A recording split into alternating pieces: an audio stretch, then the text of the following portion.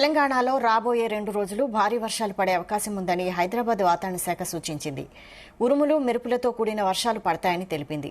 హైదరాబాద్ పరిసరాలు, ఉత్తర తెలంగాణ జిల్లాల్లో భారీ నుంచి అతి భారీ వర్షాలు కురిసే అవకాశం ఉందని హెచ్చరికలు జారీ చేసింది. భద్రాద్రి కొత్తగూడెం, ఖమ్మం, సూర్యాపేట జిల్లాలకు ఎల్లో అలర్ట్ జారీ చేసింది. నల్గొండ, నాగర్ కర్నూల్, వనపర్తి, నారాయణపేట, గద్వాల జిల్లాల్లో మోస్తరు వర్షాలు పడతాయని పేర్కొంది.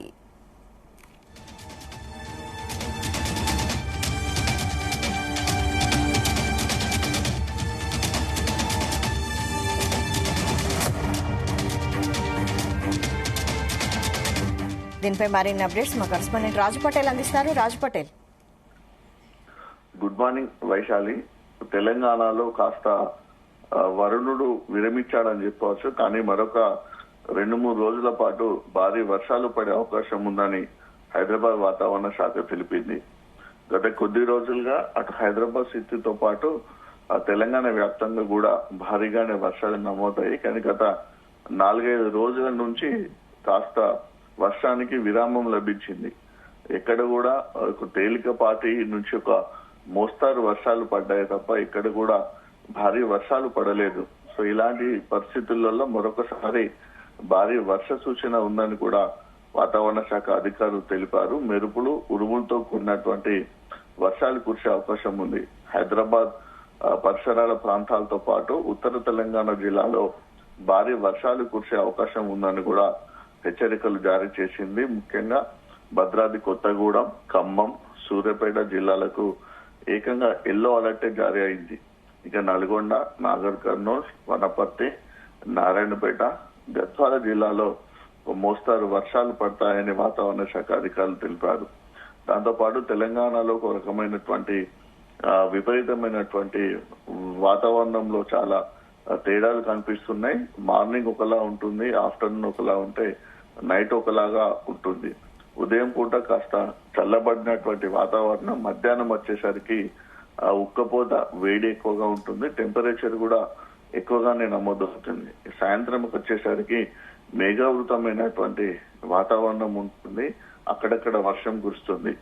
సో ఇలాంటి సిచ్యువేషన్ లో గత 2 రోజుల నుంచి సాయంత్రం కూడా చాలా ఉక్కపోతగా ఉంటుంది. అంటే ఉదయం చల్లగా ఉన్నప్పుడు కూడా మధ్యాహ్నం, సాయంత్రం, రాత్రి 8 నుంచి 9 గంటల వరకు కూడా కాస్త వేడిగానే ఉంటుంది. అంటే ఈ టైంలో అక్టోబర్ నెలలో చల్లగా ఉండాల్సినటువంటి పరిస్థితులలో వేడి ఉండడం పట్ల కూడా వాతావరణంలో మార్పులు సంభవిస్తున్నాయని కూడా ఐఎండీ కూడా హెచ్చరికలు జారీ చేసింది. సో ఎక్కడ చూసినా సరే ఇప్పటికి వరకైతే తెలంగాణ వ్యాప్తంగా మనకు భారీగానే వర్షం నమోదు. మేజర్ ప్రాజెక్టులు, మైనర్ ప్రాజెక్ట్ తో పాటు చెరువులన్నీ కూడా పూర్తిగా నిండిపోయాయి.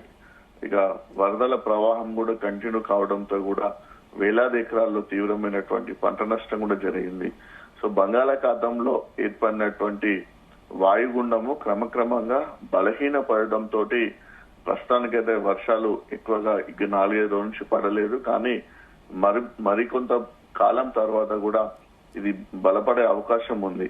ఎందుకంటే అటు అరేబియా సముద్రంలో ఏర్పడినటువంటి సైక్లోన్ శక్తి కూడా, దాని ప్రభావం కూడా రిటర్న్ అయిపోవడంతో కూడా పడాల్సినటువంటి వర్షం అయితే ఈ 2-3 నుంచి పడలేదు. అంతకుముందు అయితే భారీగానే వర్షం పడుతుంది. సో వర్షాలకు కారణమైనటువంటి ఏ రకమైనటువంటి అల్పపీడన ప్రభావాలు కానీ, వాయుగుండమైనటువంటి ప్రభావం కూడా ప్రస్తుతానికి ఎక్కువగా లేదు తెలంగాణ మీద.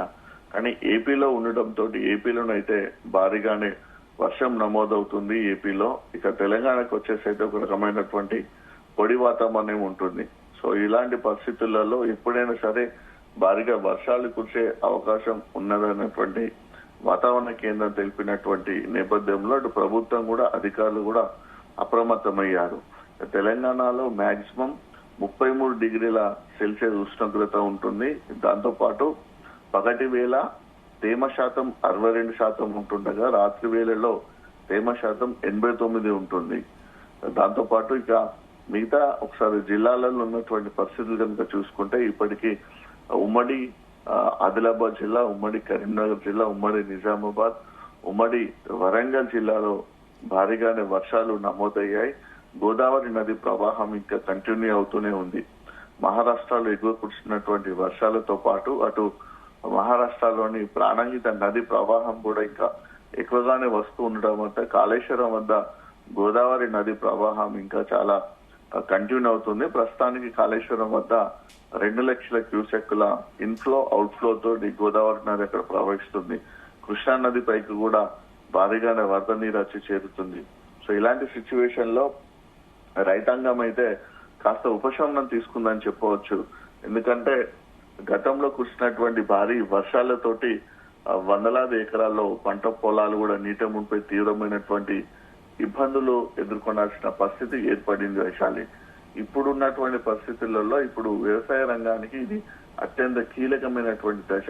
ఎందుకంటే వరి పంట ఆల్రెడీ దిగుబడి వచ్చేసింది. ఇంకొక 10-15 రోజులైతే వరి కోతలు కూడా ప్రారంభమవుతాయి.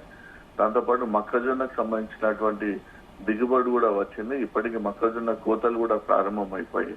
సో ఇది చాలా కీలకమైనటువంటి దశ అన్నట్టు. ఎందుకంటే పంటలు చేతికి వచ్చేటువంటి దశ. ఇప్పుడు ఏమాత్రము వర్షాలు పడ్డా సరే, ఈదురుగాల ప్రభావం ఎక్కువగా ఉన్నా సరే మళ్ళీ పంటలకు తీవ్రమైనటువంటి నష్టం వాటిల్లే అవకాశం ఉంది. ఇప్పటికే భారీ వర్షాల కారణంగా మొదటి దశలో అలానే 2వ దశలో పంటలు దెబ్బతిని అరకొర ఉన్నటువంటి పరిస్థితులలో ఇక్కడ కూడా వ్యవసాయ రంగానికి అయితే ఈసారి తగినంత దిగుబడి వచ్చే పరిస్థితి అయితే కనిపించడం లేదు. ఏ పంటలు చూసుకున్నా సరే, జిల్లాలోని ఏ ప్రాంతంలో చూసుకున్నా సరే మొదట్లో కురిసినటువంటి భారీ వర్షాలతోటి తీవ్రమైనటువంటి నష్టం పంటలకు జరిగింది. రైతాంగానికి కూడా తీవ్రమైనటువంటి నష్టం జరిగింది. సో ఇలాంటి పరిస్థితుల్లో ఏదో కొద్ది గొప్ప దక్కినటువంటి పంట కూడా చేతికి వచ్చి పంటను దిగుబడి తీసుకొని అమ్మేసుకునేటువంటి పరిస్థితులలో భారీ వర్షాలు కురిస్తే మాత్రం రైతాంగానికి అయితే ఇంకా పూర్తి స్థాయిలో నష్టం అయితే జరిగే అవకాశం ఉంది. అన్నదాతలు అయితే వర్షం పడద్దనే వేడుకుంటున్నటువంటి సిచ్యువేషన్ వైశాలి. సో ఓవరాల్ గా చూసుకుంటే అయితే ప్రాజెక్టులన్నీ కంప్లీట్ గా నిండిపోయాయి. అటు ఎక్కడ చూసినా సరే చెరువుల్లో కూడా విపరీతమైనటువంటి ఫుల్ వాటర్ వచ్చేసిపోయింది.